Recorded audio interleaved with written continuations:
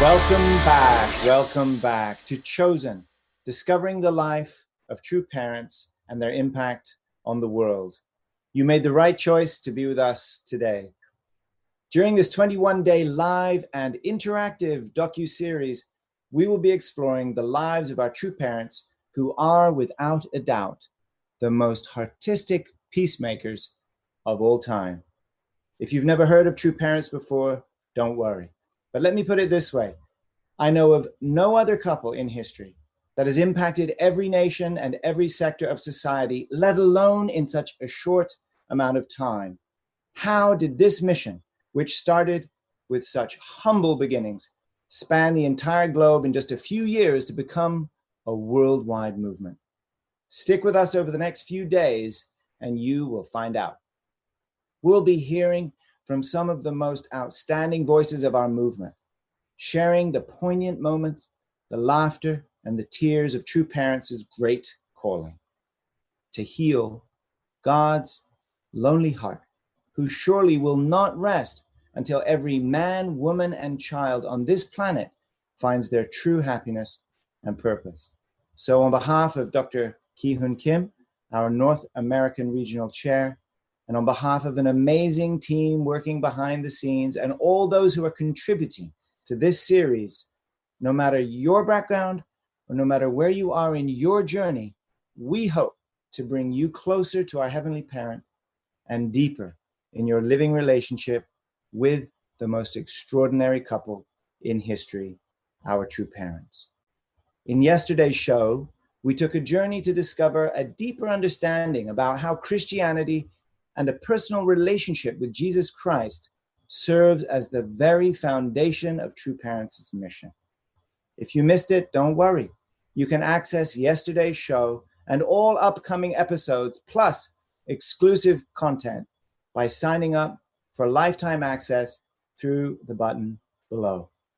I'd like to offer a special thanks to all who took us up on this offer already. Can you believe it? Over 280 people signed up at the end of yesterday's episode alone. And don't worry, you made the right choice.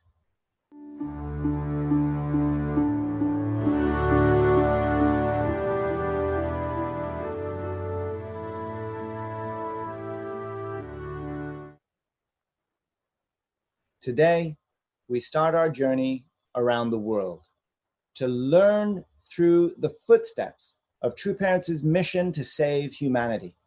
We will be visiting places you've never seen before. Today's story is called Africa, the land that captured Mother's heart. You know, there's something I notice with each of the places that True Parents visit. While they are seeking to reunite all of God's children into a true relationship with our Heavenly Parent, each nation and each continent also has some special message, some unique quality that we can learn from. In this story, the aim is to understand Father and Mother Moon's unique relationship with and impact on the continent of Africa. But I think you will also find that it is a story about how African people captured our mother's heart. Those who have been there will tell you, you haven't lived until you've seen Africa. Well, it is one thing to visit, but it is another thing to live there, to serve there, and to bring the love of true parents there. Today, we will be hearing from Kathy Rigney, where she will share parts of her incredible journey working to expand the love of true parents in the heart of Africa. Please enjoy.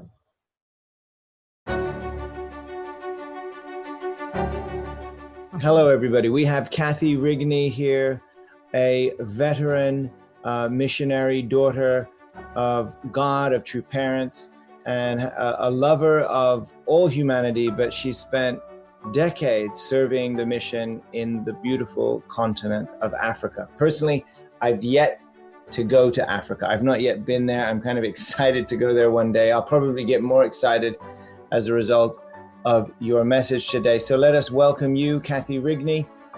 You are a Isn't this marking your 45th year since you started your mission in Africa? That's correct. Yeah. How did it all begin? It began on May 15th, 1975, after a 120-day training at Berrytown. True Father made sure we were sent out by the 15th of May, and I arrived in Africa on the 16th of May, and that's how it all began. A long time ago when we were all young. How were you selected for Africa? Was that sort of a lottery, or how did that work? Yeah, it was a lottery. We after the 1975 1800 couple blessing in Korea, we chose from a lottery which country we would all be sent to. And actually I chose Uganda, but since Idi Amin was the president, Father said no, it's too dangerous, and sent me to Benin. Was there some discussion with final words, final encouragement from True Parents before you left? Oh yeah, we went back to America and had a 120-day training that was led by Reverend Sudo, Ken Sudo, amazing 120-day training. And Father came to speak to us almost every other day. Wow. Yeah, and during that time, True Mother gave birth to Kwanjinim. And so she came, even though Father asked her, please come, even though she was nursing a new baby. And we received that kind of guidance, not just from Mr. Sudo, but from True Parents directly. Were there any particular challenges, or what are the particular challenges in True Parents' work in Africa, and how did True Parents deal with those challenges? Yeah, I think that in many ways, Africa was much easier for True Parents than many other countries of our continents of the world, simply because of the fact that Africa, having been persecuted, African nations having been persecuted worldwide for such a long time through slavery and through people looking down on the continent, the dark continent, etc. When they hear rumors about people, they don't believe it very easily. So when we started to work in Africa and rumors would spread about, oh, these people are with the Unification Church in those days, and don't trust them, this is a sect, people didn't believe that very easily because they themselves had been accused of many things that they were not. So in that sense, I think our work there for True Parents did not receive that kind of opposition. However, there were a lot of external situations that made it not easy for the work of True Parents to advance.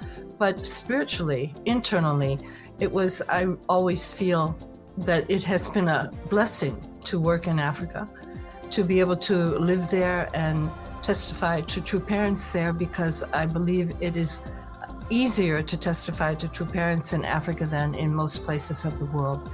People were longing to receive the love of God and longing to understand the situation of their nations and their continent. And True Parents brought that message that brought tremendous comfort to the heart of African people. Until today, people are extremely receptive to our True Parents in Africa. I'm sure you imagined there would be some external challenges. Did you expect, though, that their hearts would be yearning in that way and so receptive to True Parents' love and teaching? No, I did not expect that at all.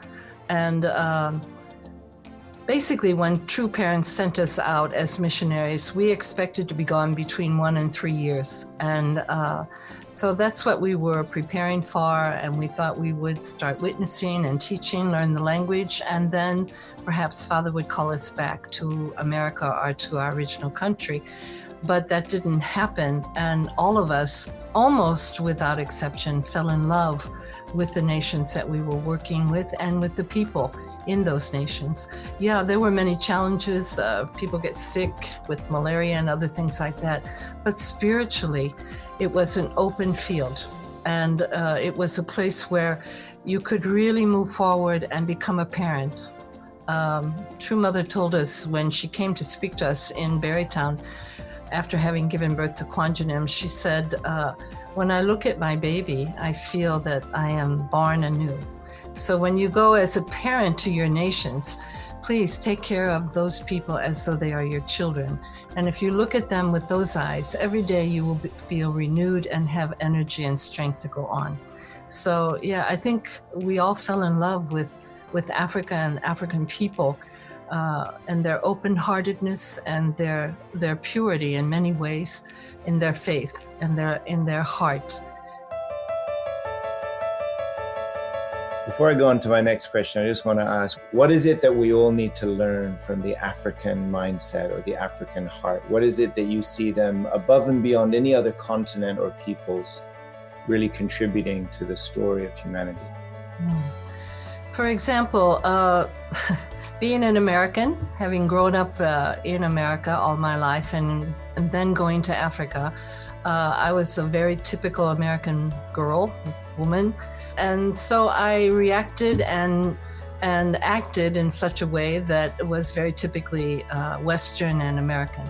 If I go into a shop and maybe I've met the butcher before, but I might say, "Hi, can I have a pork steak, please?" Of course, we didn't have money. We didn't eat pork steak in those days, but I'm just giving an example.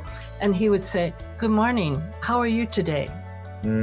He didn't want to give me my eggs or whatever it was that I was asking for until we shared our heart. "How is your family? Did you sleep well?" And so in the beginning it was a little bit annoying, I got to get going. I'm busy. And then I realized that this is what it's all about, to be able to connect artistically first. And then you go on to the business at hand. I think that it says a lot about the way life is in Africa. And Africans are many times judged about being slow or, late maybe is a better word, and also about not getting down to business. But actually, when you put the heart in front of the business, I think you live a life that is much more beautiful in the eyes of God. The children who don't have video games, etc., but who have these shining, smiling faces with a little wire car that they push around, handmade themselves by junk they found on the street, and yet so happy and having such a good time. So I've learned so much by being in Africa and experiencing the true joy of another human being, not centered on who they are, what they look like, where they live, or what they have and they don't have. I think that a lot of missionaries felt that way and continue to feel that way. So when we talk about true parents, African people, generally speaking, whether they be Christian or Muslim, are very open to the fact of who true parents are and what they stand for, more than they are about the details of the ideology behind them. Although that does count, but in the end, it will count. But before that, there is the heart. In doing the work of true parents, in seeking to bring to the African continent the love and blessing and guidance of true parents, have you noticed big differences? Or perhaps could you describe the differences and or similarities between working with, say, Muslim communities versus Christian-based communities? In West Africa, we have a lot of Christians on the coastal area and a lot of Muslims in the northern area of Africa. So if to have any result at all, you have to really learn how to relate to both religions and how to communicate the message of true parents in the language of Christianity and the language of Islam. There was an experience that happened to us in Niger Republic. You may have seen through the videos of True Mothers activities over the last 2.5 years, a lot of times in Africa. We held a wonderful summit in Niger in November of 2019. And there was a summit with 3 different heads of state, and True Mother was quite happy. The summit was full of very high level people, the highest level people of all walks of life from all over Africa, not just West Africa. Niger is a country that's 85% desert area. The next morning for breakfast, we were going to hold a blessing. in Niger the next day. Now it's 98% Muslim, and we had never held a national level blessing in an Islamic country before that day. And True Mother was being asked to officiate at this blessing. We had about 15 members in the country of Niger before this. We didn't have any foundation on the level of Family Federation. We just had it on the level of UPF, where we had a lot of ambassadors for peace. So the next morning for breakfast, after the summit, before the blessing, True Mother asked Prophet Radebe and also Sheikh Mansour Diouf, the Christian and the Muslim VIPs who were there for breakfast with Mother, to give a report. So Prophet Radebe gave a wonderful report about, Mother, thank you. We're looking forward to receiving you again in South Africa. We love you. All the Christians are ready to receive you, etc. And then Mother asked Sheikh Mansour Diouf to stand up and give a testimony. And Sheikh Mansour is a very, very well-educated man, and he is a very, very strong Muslim, very strong. And Sheikh Mansour, he stood up, and then suddenly tears just started coming, rolling down his face. And he said, Mother, please don't forget, you are not just the mother of Christians. Islam needs you, Mother. Please don't abandon Islam. We need you. We need you probably more than Christianity needs you. I tell you, Mother was really moved by the heart of Sheikh Mansour at that time. And that day, Mother gave an incredible blessing to the people of Niger. And in Niger, we expected to have a continental level victory with the summit, but we didn't expect to have a continental level victory with the blessing. So it was amazing. I don't know if you've seen the video, but you know, if you throw water on the Islamic people, it's like you're baptizing them. So we can't do that. We have to be respectful of the fact that that would be a no-no for them. So Mother instead would dip her hands into water and put her hand on top of the hands of each couple, each representative couple. It was quite beautiful. And so afterwards, Mother prayed, and during her prayer, Mother said, Heavenly Parent, you know, true parents have been wandering around the desert since their holy blessing in 1960. And here we are in the middle of the Sahara Desert. 90% or 85% of this country is desert. And we found that needle that we have been looking for in these people. Wow. They received the heart of Islam. So, yeah, I think that Mother, true parents seem to really have to work on the foundation of Christianity, which we all understand, because that's the foundation which our Heavenly Parent prepared for so long. But Islam is longing for that love of true parents. Wow. And that day in Niger, I think Muhammad himself was deeply involved in what took place, and True Mother was received wholeheartedly by the Islamic people of Niger, and I can say of Africa. You know, expressing it that way, where you have a very commanding leader within the Muslim faith and a commanding leader within the Christian faith, and of course there's going to be squabbles if even just left at that level, how great they are. And yet for Mother to come into the picture and say, guys, you know, actually, you know, to probably, right, to correct some of their understanding, but embracing with so much love, they what can you do? Yes. But you're elevated, and you're elevated to a point. Does the parents lift a child's consciousness out from their own framework into a higher realm where unity is possible? This is what we see. Isn't that what we're seeing True Mother do in these types of? Absolutely, absolutely. Yeah, our True Mother, and True Mother is never afraid to do that. She didn't avoid a question that might be uncomfortable for them. In fact, she seems to bring those questions first. And in Nigeria, in Senegal in 2018 January, where all of this really started in Africa, and Mother won that incredible victory there with the President Macky Sall, you know, attending True Mother in the way he did during her whole trip there. And then the liberation ceremony True Mother held on Gorée Island in Senegal.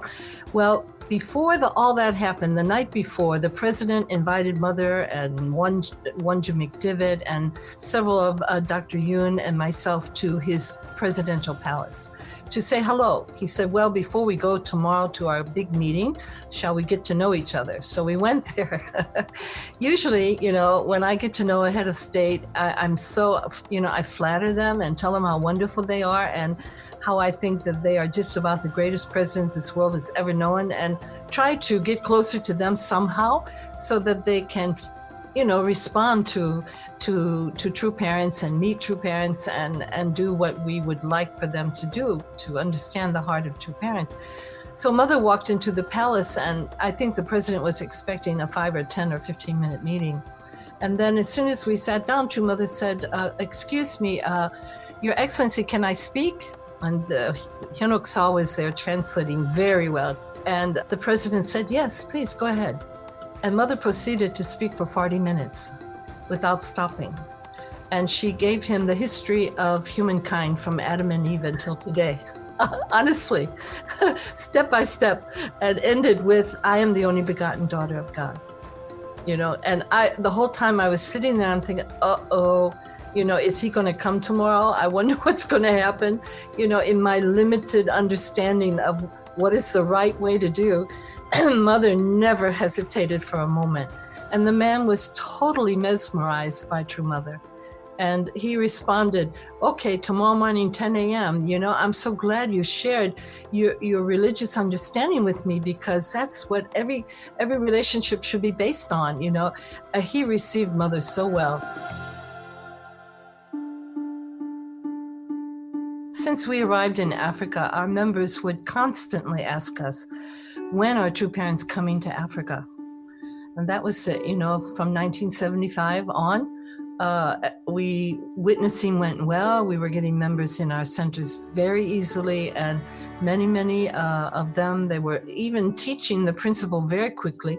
And but they were longing to meet true parents. When will true parents come to Africa? So that was always a big question that we flooded our World Mission Department with. When are true parents coming to Africa? And in 1993, we received a message from headquarters that finally Father is sending True Mother to Africa on her worldwide tour. And she will visit 2 countries, Kenya and Nigeria. So I was the national leader in Nigeria as well as the regional leader of West Africa at the time. So we prepared to receive our True Mother for the very, very, very first time in Africa. And it was quite difficult because there was a coup d'etat about a week before Mother arrived, and they almost canceled her arrival. But knowing that our members would be devastated if Mother didn't come, we fought tooth and nail to make sure Mother received the protection she needed to be able to come to Nigeria. Mother came, and the room was overflowing with the highest level people you can imagine of the nation. The head of state was not there, but former heads of state were there. All the parliament was there. It was a beautiful room in Abuja, Nigeria. And Mother gave her speech. Mother shed tears all the time as she spoke about True Father going to prison and all the suffering of True Father, etc. And that time, Mother was crying almost profusely during the Nigerian speech, even more than others. And then when Mother would start to cry and she couldn't continue speaking, the people would yell out, oh, sorry, are you okay? Sorry. Then that made Mother cry even more. It touched her heart very deeply. And then at the end of it all, Mother went to her room, and then she called me. She sent someone to tell me to come to her room. And I went to her bedroom, and Mother said, today while I was speaking, and I looked out on the audience and I saw all these amazingly beautiful Black faces, I couldn't hold back my tears because my son, Hung Janin, always said to me, Mother, when I grow up, I want to go to Africa as a missionary. And therefore, while I was speaking, I felt he was standing there right next to me, looking at these beautiful people and wishing that he could be there physically with us also. And then she looked at us and said, do you love Father? He said, oh, yes, Mother, we love Father so much. Do you really love Father? Yes, Mother, we love Father. Mother said, if you love Father, when I come to a nation, always people give me time to rest, a nice suite. They tell me, Mother, please rest before the event tonight. I go into my bedroom, but I can't sleep. If I lay down on my bed, my eyes are open and all I can think of is Father. Is Father resting right now? I know he's not. I know he's working hard. So if you really love Father, the only way you can show that love is not to tell him how much you love him, but to bring substantial results. Therefore, I want you to understand that even though this is a great victory today, we have a lot of work to do. And I want you to be aware of the fact that if you want to show Father your love, you have to bring substantial results. So she was sharing that, not just with me, but we were many, our African leaders were all there. And this moved them so much. You know, in Africa, it's a very patriarchal society, but Africans are very connected to their mother more than their father. It is the society, the culture, the tradition. And so when Mother came to Africa, even now, the heart of African people is automatically moved, automatically. Mother even said to me once, when I told her, oh, Mother, the president, he loves you so much. And she said, usually in Africa, when people meet me, they love me. So she can feel that, and she knows that because honestly, they feel she is their mother. I know that we may all feel that worldwide, but I think it's especially true in Africa.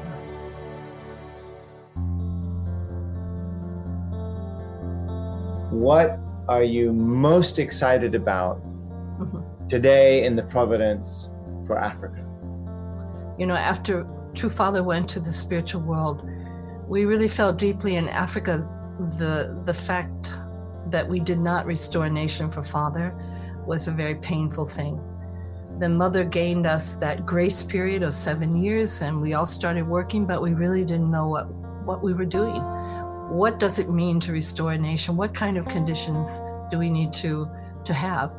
And True Mother led us the last 4 years, step by step, meticulously, to show us what exactly needs to be done. Mother has said that we need to make sure that the 7.7 billion people of the world know and attend our Heavenly Parent. To know our Heavenly Parent sounds kind of easy. To attend, to know and attend is a whole nother thing. Yeah. And I believe that True Mother will have very clear guidance. I mean, really, she gave very clear guidance to us in Africa about how to go step by step to make the condition for national restoration.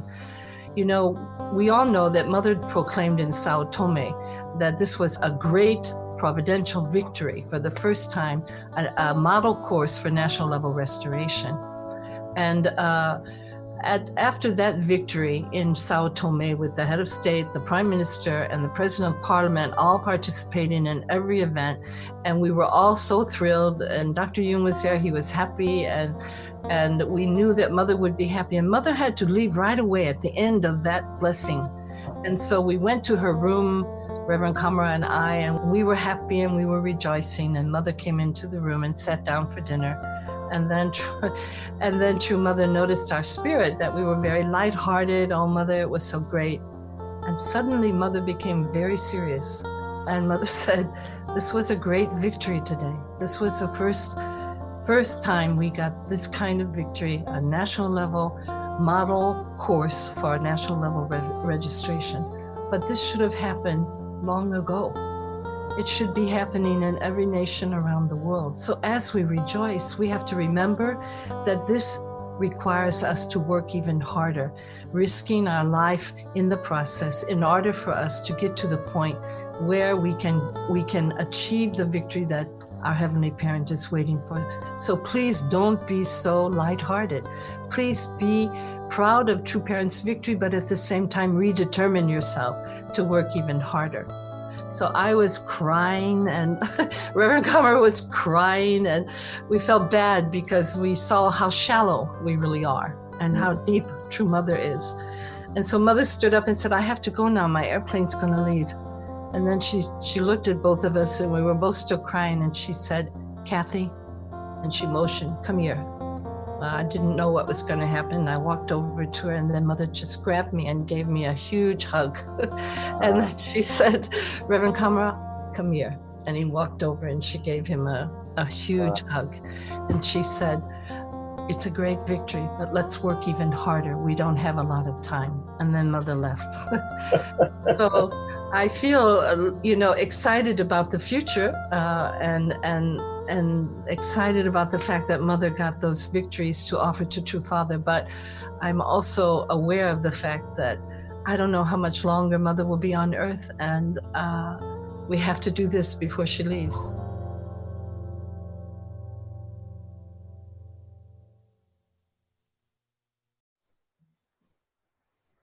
Wow. Wow. Wow. Wow. Thank you so much, Kathy, for sharing I know just some of your incredible experiences with us. And more importantly, thank you for serving in your mission with such incredible devotion. I know that you and those that you have been working closely with across the continent of Africa have participated in miracles that have brought joy to God and true parents. I've seen that with my own eyes. Thank you so much. And now, to share more on True Parents' impact on Africa and our relationship with Africa, please join me in welcoming to the stage 3 very special guests.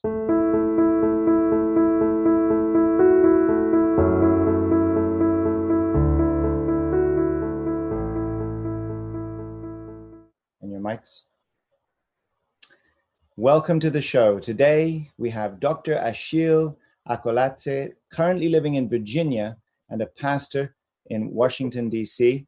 We have Pam Stein, a former missionary to Africa, currently living in Columbia, Maryland, as well as Pastor Josue Kisili, living now in Grand Rapids, Michigan, and serving as the pastor there. Welcome to the show. How are you all doing? Thank you. Doing great. Thank you for coming on. Now, just a quick message to those of you watching in our live studio audience. I do encourage you to offer some of your heartfelt comments in response to both Kathy's incredible testimony, as well as some of the gems you're about to hear from our special guests. First, I'd like to go to you, Dr. Achille. I know that you were born in Togo in June 14, 1971. And that you met the movement where you were a young man, 18 years old. I know that you were blessed in 1992 and moved to the US a few years later in 1998. Can you pick, though, one moment where you met true parents in person and what that was like for you? Wow. Thanks so much, Reverend Dunkley. First of all, allow me to take this opportunity to share my gratitude to Heavenly Parent and true parents for the blessing that they have given to us, and also my gratitude to Dr. Kim for putting together this docu-series to tell the story of the Messiah, the true parent of all mankind. This is incredible. And when I was first contacted to be part of this, one of the commentators, my heart right away was to express my deepest gratitude to the first missionaries who were sent to Africa in 1975. Among them, Mama Kati, we just heard. This has always been in my heart. I've shared this many times with my brothers and sisters, how they were really moved by true parents to really sacrifice everything, to leave behind the families, the educations, to go to a country that they know nothing about. And I really want to take this opportunity to sincerely really share my deepest heart of gratitude for your sacrifice for Africa. Thank you so much. And also at the same time, I would like to also express my deepest gratitude to the elders, the first members who worked directly with those missionaries. They also went through tremendous difficulties and sacrifices. they abandoned many things and to completely unite with the missionary because they also felt the call, the heart of true parent. So thank you, Marakati, for the testimony. I also express my gratitude to Reverend Bakari Kamara, who is the current regional chair of Heavenly Africa, for the great work and his team is doing. Now, going back to your question, was the one of the personal moments I have with two parents. Actually, that happened here in America. I remember that was the first time I was very, very close to True Father. It happened at East Garden. It was one morning. There was a time where True Father was giving away his gift, his belonging to members. And, you know, they have to wake up early in the morning and go to East Garden. So I remember, you know, we were, you know, staying in line. You know, leaders were helping True Father. True Father was standing, giving away the gift. And then when I was very, very close to True Father, very close, I was not paying attention to the gift that I was about to receive. But I was instead looking right inside the face of True Father. I was very close. And what I saw, Damien, was, you know, how much Father was investing his whole being in that moment, giving the gift. I can see sweat all over his face, coming down his hairs, his nose. His face was so sincere, so serious. But he was giving gifts, but he was investing everything in it. So that moment really meant so much for me. And the gift I received is this right here, this jacket. Nice. I got this jacket directly from True Father. And I wore it occasionally, very special occasion. But it was a very poignant moment, a moment that I will never forget. It shows again how much True Father always invests 100% in every single thing that they do. They love the entire beings is invested to it. I was very, very moved. I wish someone would have taken a picture at that time. I don't know, maybe there's a video somewhere, but that was one of the moments that I was very moved, being very close to True Father. As you were standing there, Ashiel, you know, within just inches of Father, you saw his face up close. You could probably feel the heat emanating from his body. What were you thinking in that moment? How did it feel? First of all, it was like a wow moment. You know, I'm very close to the Messiah. That's why I was not concerned about the gift at all. I really want to get the most of that short period of time. I was focusing. That's how I was able to see every single thing that was happening in his face at that time. And what I noticed, even his nose, that he was kind of like, you know, sweating through his nose. His ears, you know, his whole face was covered with sweat when he was giving us gift. It was some kind of condition Father was making at that time. He was investing offering total everything for us at that time. Yeah, there was a moment that, again, it marked me so much. And again, that tells me how much True Father always invests, totally. It's like the gift was, you know, that experience, and the jacket served as a reminder, as a reminder for eternity. That should go in your museum. I think you're preparing a museum for that piece. Thank you. Thank you for sharing that story. I'm going to come back and ask you another question in a minute. But first, I want to go over to Pam, my dear sister, Pam Stein. We've worked together on a few occasions. I know that you're one of the early members in America, 1969, I think. Mm-hmm. And I know that you were specially trained by True Parents alongside others at a time when there was only a few in the movement. So along with maybe 100 other people, you were being prepared to go out to the world as missionaries from 1972 to 1975.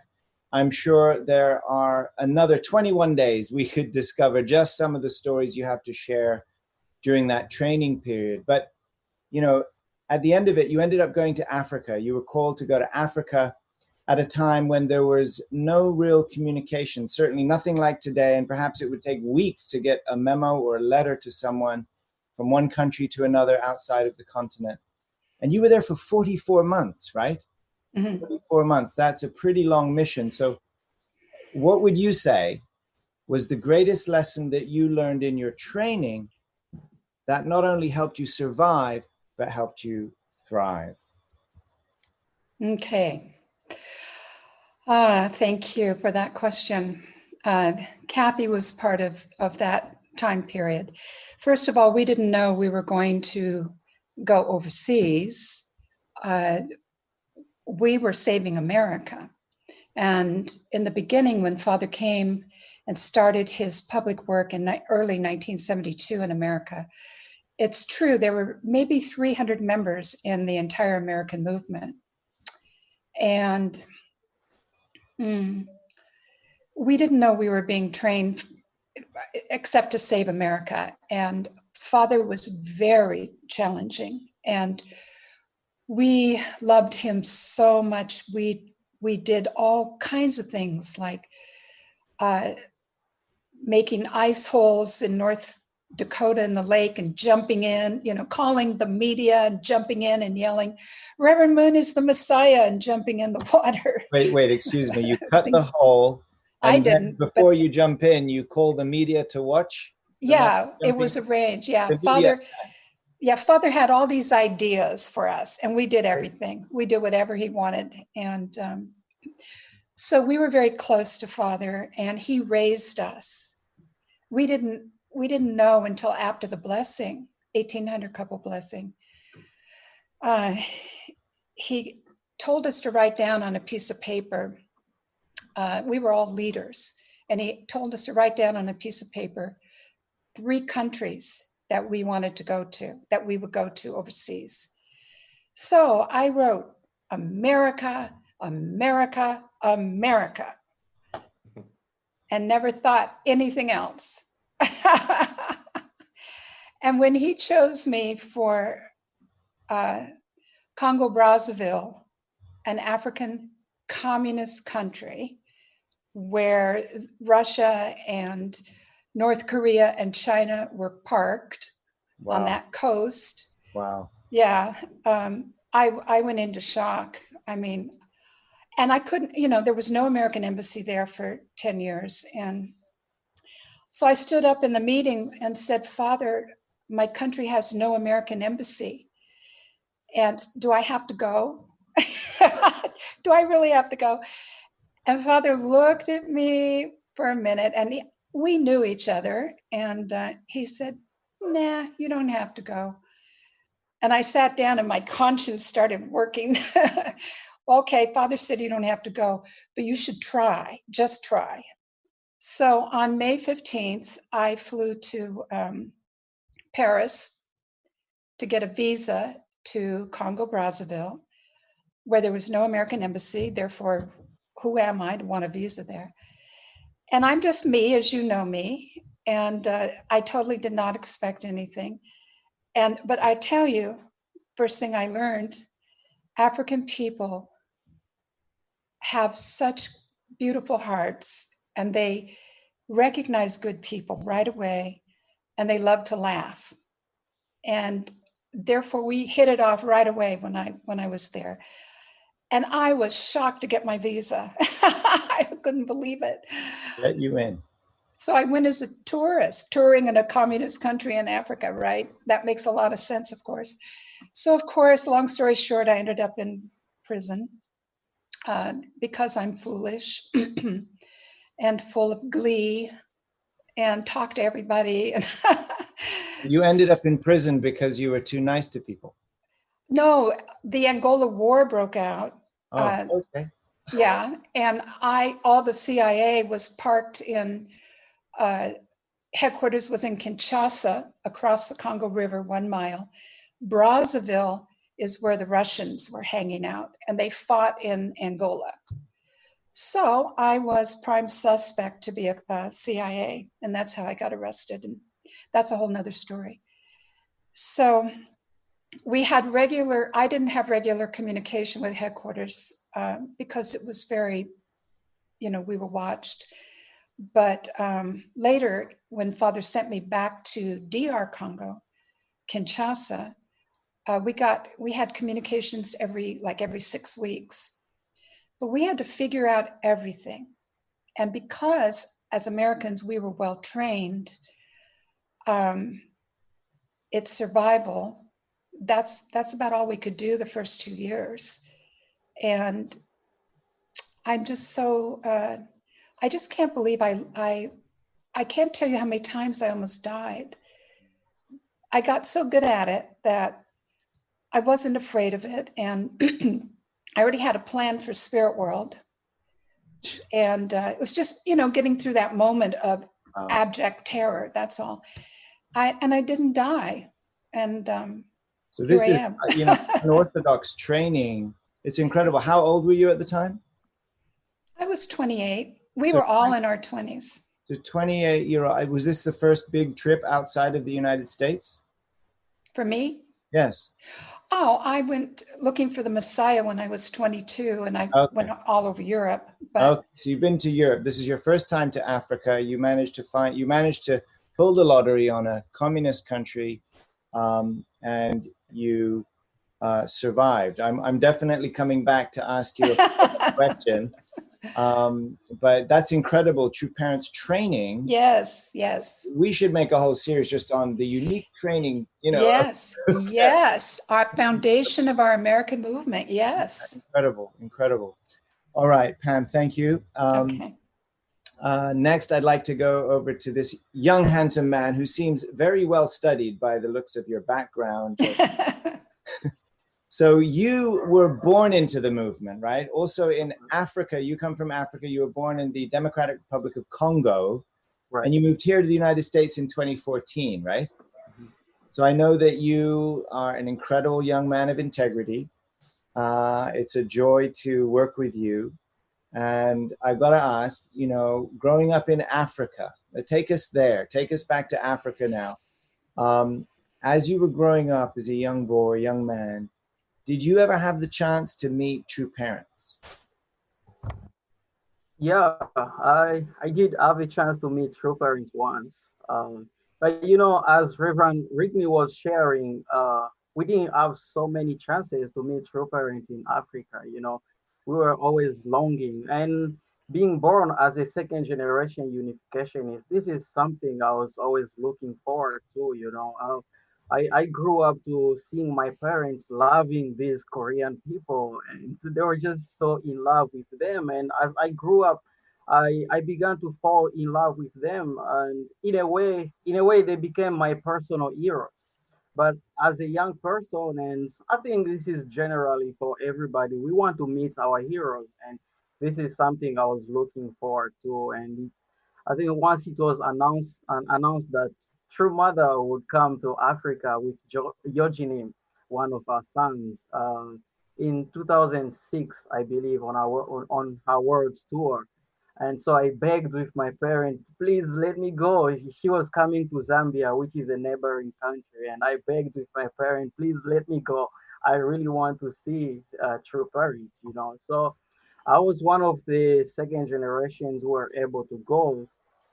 And next day after the big event, we were having Unduke with True Mother, and we were all asked to sing right in front. And as I was standing right there in front and a couple of feet from True Mother, I was shaking. I'm meeting my personal hero. She's right here in front of me.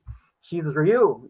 She's actually real. So I was shaking, but I was happy as well. It was just a whole mixture of emotions at that moment, But that particular moment brought true parents to, they became real to me. They are real human beings, and I really want to be with them. I want to study more about them. I remember going back home, and everyone was asking, how did you see True Mother? How does she look like in person?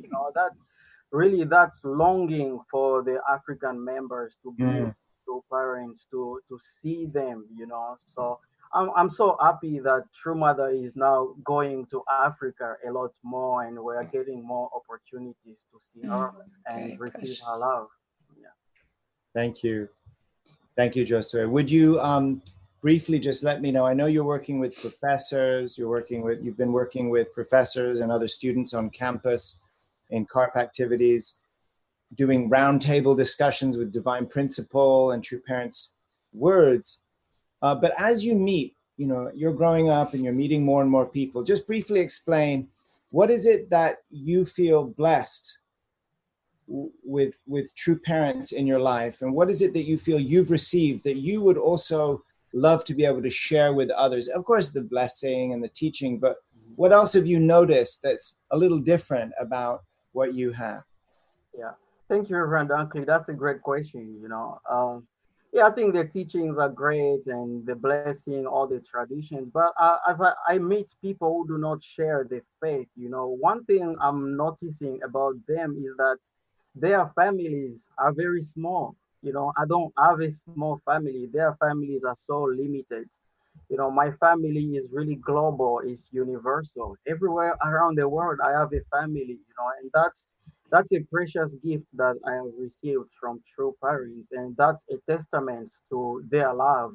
They were really universal being. Their love was not limited to Korea or America. It was a universal love. They love all people of the world as their own children, and that's what I want to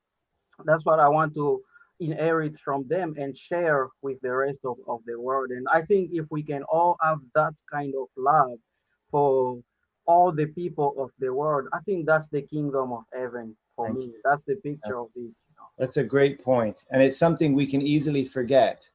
But as you meet others, they don't necessarily have the same kind of global network that we've been given because of true parents. It's so true, so true.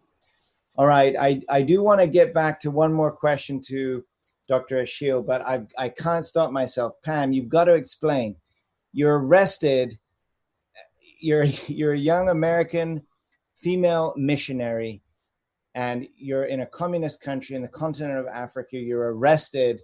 How on earth did God get you out of that situation? Could you share with us briefly? Okay. Wow.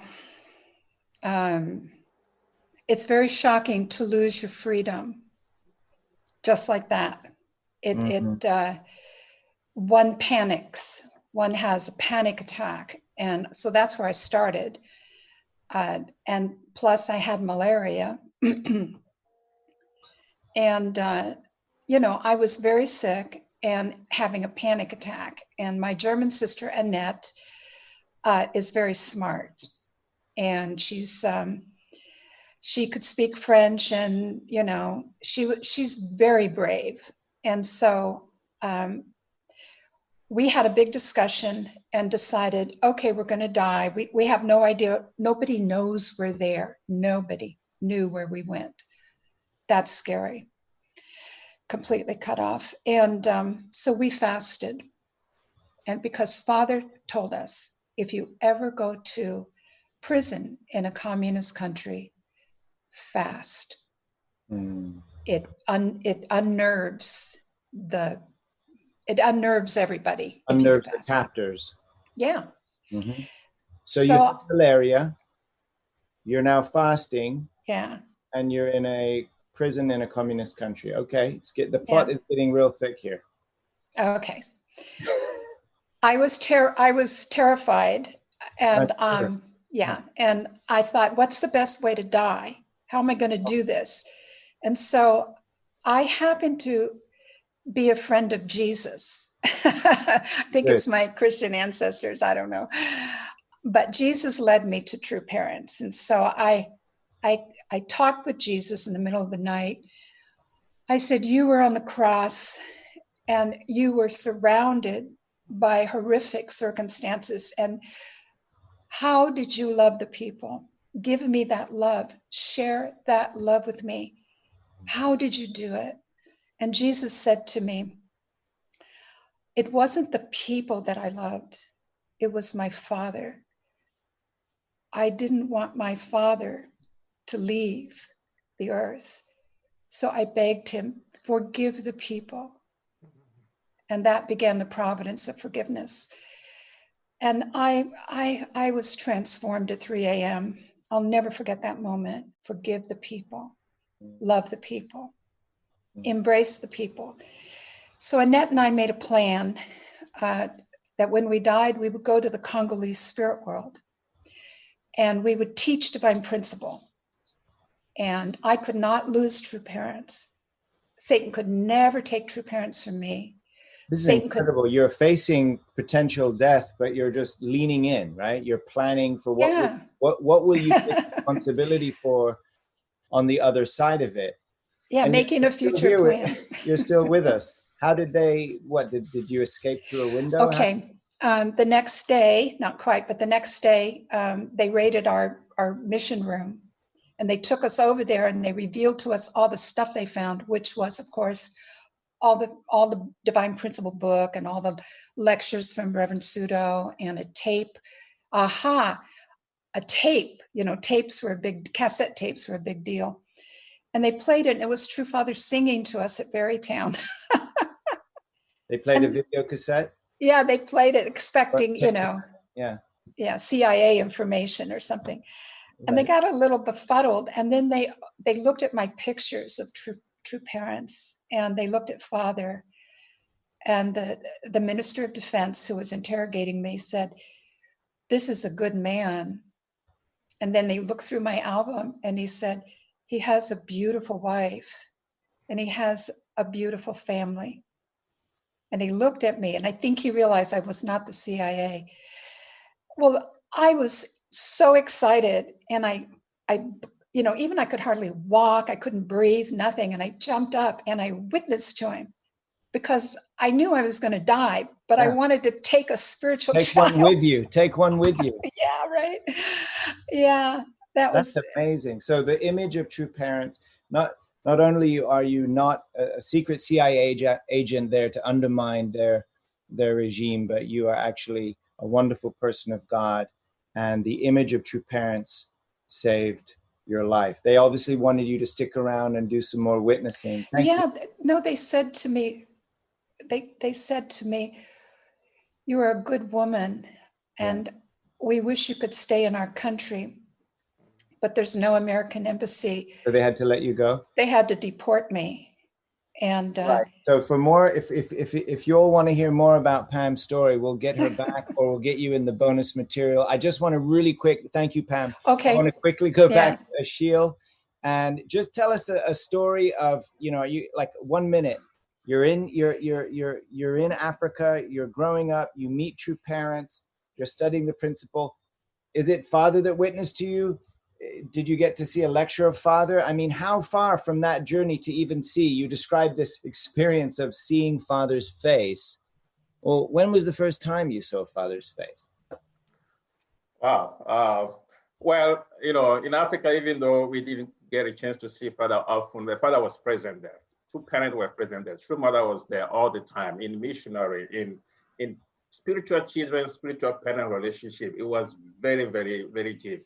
Brothers and sisters, in condition, the midnight prayers and the witnessing, we grew. The church grew. The providence grew a lot in Africa, even though we didn't get a chance to see true parents. So I remember very clearly after my 2 days workshop, I was going back home. My house is just a couple miles from the center, and I was going through the marketplace. I see people all around. I said, "Wow, did you guys know that the Messiah is here on earth?" I can still remember that clearly right now. I said, "What are you guys doing?" But anyway, they told us the Messiah was here. It was Reverend Moon, but they never show us a picture, right? So, and then one day, I was in the center in the men's room, and I was going through some books, and I found this book called Today's Word, and I was going through, and I saw the picture of Reverend Moon for the first time. Right? It was in the mess. So it was a moment. Oh wow! So he is the man. I wish I had more time to share about that. You must have imagined something, and then there's the first time you're seeing true parents' face. Yeah, I mean, it's a wonderful story because it goes to show how important it is for us to do that, to show the face of our true parents, our father, our mother, and share these truths with the world, and to go to places that might not be easy to go. But it's wonderful because we've heard today stories from our missionaries and also stories from our African family who have, of course, been able to receive true parents thanks to all those who travel the world to reach out to bring someone new. I just got to say thank you so much to all three of you for coming on the show. Thank you for sharing your hearts. Now, again, to all of you watching live, if there's something watching that you've seen that moves you closer to true parents in some way, just go ahead and chat a note of appreciation so we know how you are doing. And with that, I'd like to thank all three of you again. Love to you and your precious families. Please stay safe. And now, let's go to some featured comments from our live studio audience.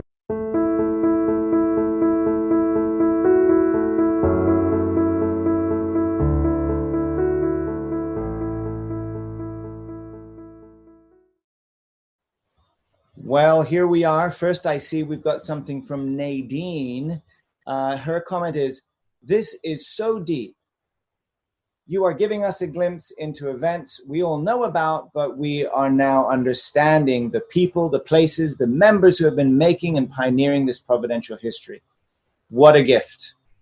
Thank you so much. We are watching living history of the highest order. This is awesome. I can't wait until this is the history that is taught in schools. What a fantastic idea.